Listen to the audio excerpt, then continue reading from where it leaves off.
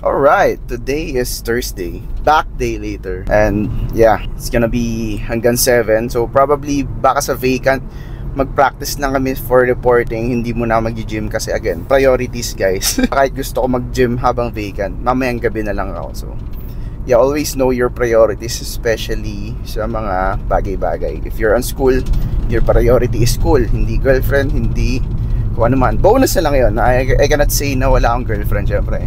Ayoko naman magpaka-hypocrite, men. Kasi if hindi mo alam yung priority mo, you're gonna be blinded or lost sa mga bagay-bagay. And as we grow old, our priorities change. I discussed that before. Habang tumatanda tayo, nagbabago priorities natin. Kung before, nung bata tayo, priorities lang natin maglaro, matulog, kumain, mag-aral. Mga college na tayo, syempre mag-aral. Pero kasi ngayon, ganun pa rin yung ibang routine ng iba. Ako kasi ngayon, mag-aral, mag-content, gumawa ng video, mag-isip kung anong sideline, ayusin yung girlfriend ko, gumala minsan, pumasok, mag-gym. Marami na ang priorities. Pag nagkaanak ka na, ang priority mo na is yung anak mo.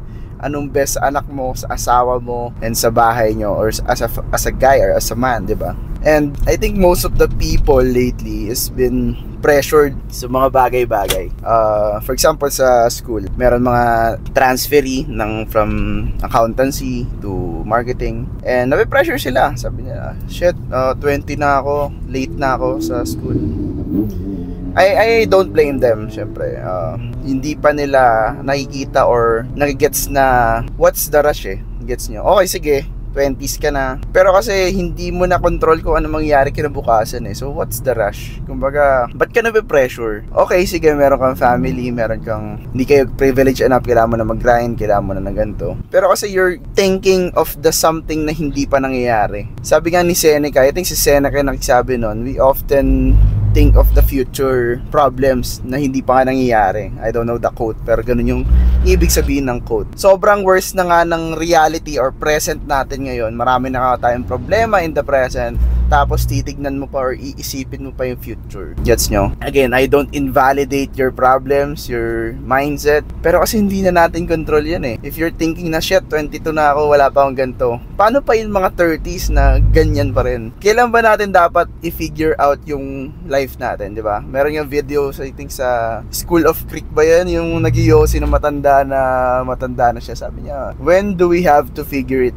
all out? Kailan ba natin dapat ma-figure out yung buhay natin? Kailan ba natin dapat malaman kung anong gusto natin? And explain niya doon na if bata ka, then magpakabata ka. Hindi mo pwedeng i-figure yung sarili mo kung hindi mo pa nadadaanan yung mga iba-ibang bagay. You cannot be wise if wala kang experience. Iba yung experience or knowledge sa wisdom Wisdom is based through experience. Nangyari talaga sila. Tingnan nyo, mga matatanda minsan mas wise sa atin. But ganong saying na mas wise yung matatanda? Kasi mas marami silang experience. Pero hindi ibig sabihin nun, mas knowledgeable ka. So pag sinabi mo knowledgeable ka, marami kang nabasa, marami kang natutunan, pero hindi mo siya na-experience. Yes nyo? Ang dami sasabi sa akin, Boss Ramen, bakit ang bata mo pero ang dami mo ang wise mo na mag-isip? Kasi marami na ako na-experience. Na-experience near death, I experienced getting canceled, I experienced being a millionaire, I experienced being broke, I experienced lahat halos na experience ko na. Pero kulang pa yon in my opinion. And meron mga bata, Boss Ramen, 14 pa lang ako, anong pwede kong gawin? Sabi ko, bro, magpaka-14 ka, maglaro ka dyan, experience mo yung high school, enjoyin mo. O sige, maghanap ka ng side hustle mo, pero you need to experience things kasi hindi ka na babalik dyan That's yun. Kaya ang daming gusto magpamatay para lang bumalik sa high school kasi that's when you realize na free ka O sige, nag-school ka, pero dun mo ma-realize na wala ka pang priority sa buhay. Wala ka pang anak, wala ka pang pinapagas na kotse, wala ka pang gym membership na babayaran, wala ka pang meal prep na bibilhin. Wala, you just live, you just be in the present na mag-aaral ka lang, mag-enjoy ka lang with friends mo. Problemahin mo lang anong lalaroin nyo mamaya. Hindi mo kailangan i-figure it out muna Hindi mo kailangan shit, 20 na ako, ba't di pa ako millionaire? Iba-iba tayo ng shit sa buhay. Meron nga nauso ngayon trend sa TikTok ngayon, parang about sa success, kung ba't tayo nag-rush. Elon Musk work 1100s per week. Tama, 110 hours per week sa apartment niya. Mark Zuckerberg, si Stallone, para i-fund yung Rocky 1 niya, nag-work siya as, I think as waiter yata or sa restaurant. Warren Buffett yata yan, I don't know. Ang dami. So, hindi mo pa kailangan i-figure it out eh. Kailangan mo lang i-try or mag-try na mag-try. Hindi ko naman ibig sabihin na huwag kayo maghanap ng goals. Pero ang sinasabi ko lang is, huwag niyong tanongin yung sarili ko na, or huwag niyong i-pressure yung sarili niyo na bakit ganito ako, ganito na yung age ko or something else. Kasi, even if you're in your 30s, some people are still figuring themselves out. Gets nyo? Hindi nyo na control yan eh. Plus, if you keep thinking kung ano bang dapat mong gawin or ano yung figure mo, mawawala ka sa present eh. You're just looking in the future. And hindi mo na malalaman kung ano dapat nagmamatter. If you're in your 20s, na-delay ka sa school, hindi mag-focus ka sa school mo ngayon since andun ka na. Kaya alamin mo yung priorities mo. If you're on your graduated ka na, hindi mag-isip ka na kung paano mo i-build yung career mo. Mag-work ka ba? Maghahanap ka ba ng connections mo? Mag-build ka ba ng sarili mong brand? You know, there's so many ways eh. Unlike pag nag-iisip ka, shit, 24 na ako, graduate na ako, anong gagawin ko? Hindi ka na magiging in touch sa present, sa nangyayari na dapat mong gawin, di ba? It's gonna be okay. Yun lang yan. Sabi nga ni Kevin Hart, the sun will rise again. Kahit anong gabi niyan, kahit anong darkness niyan, agad yan, aangat pa din yung araw. Siyempre hindi kay Kevin Hart galing yan, nakita ko lang na sa isang interview, sinabi niya lang. Pero it's gonna be alright.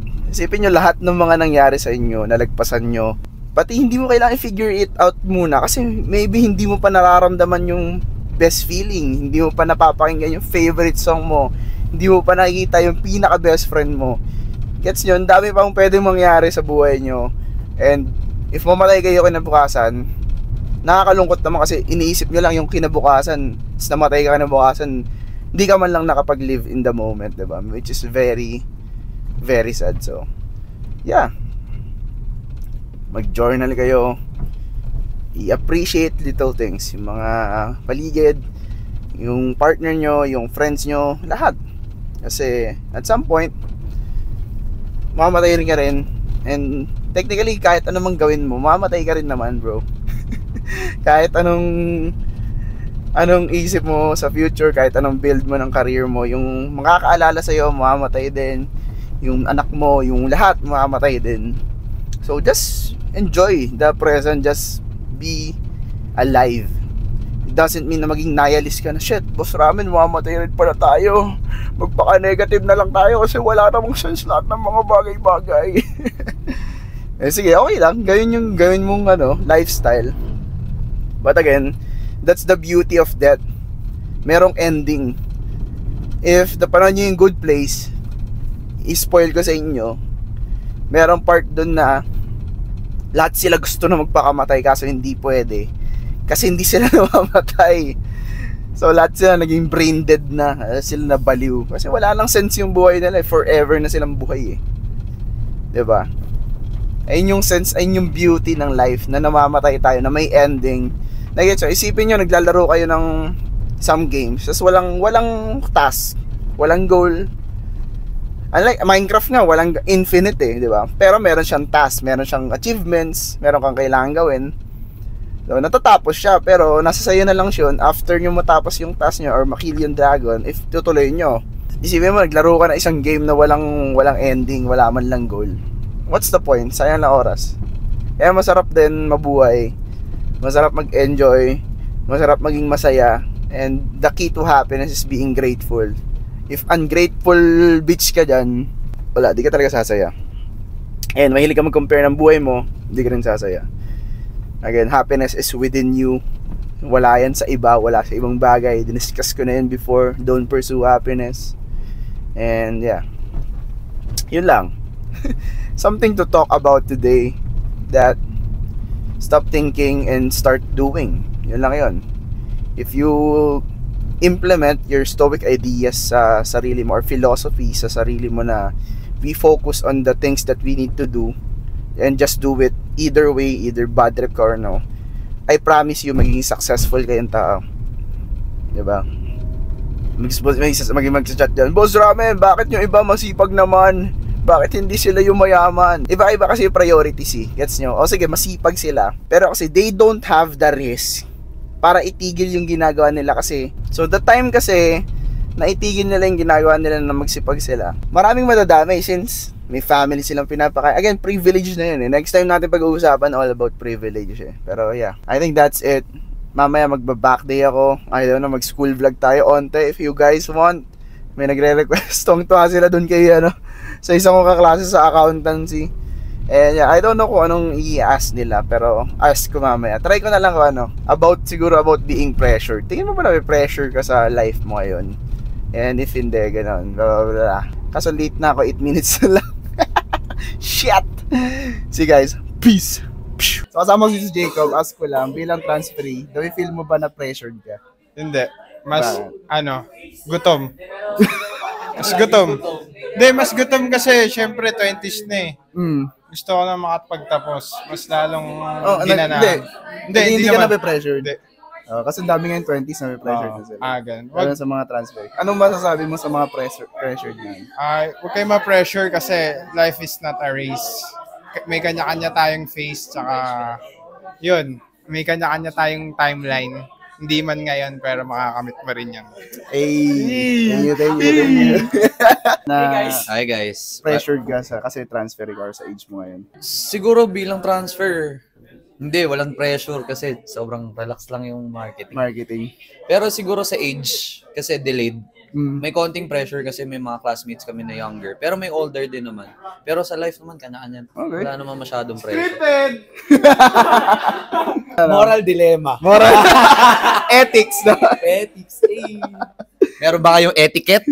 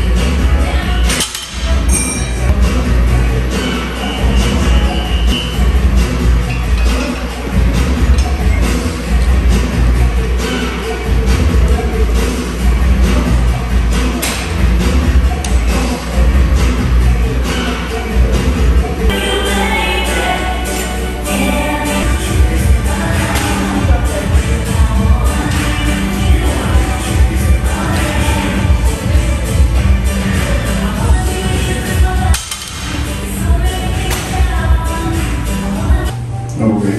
10 p.m., 11.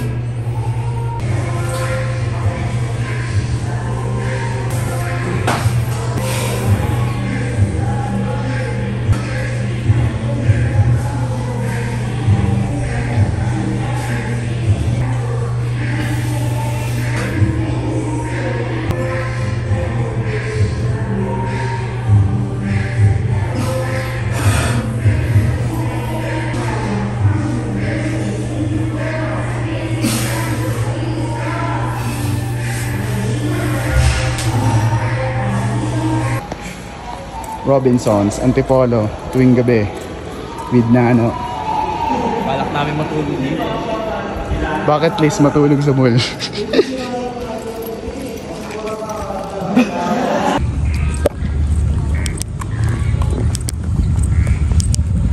Hey.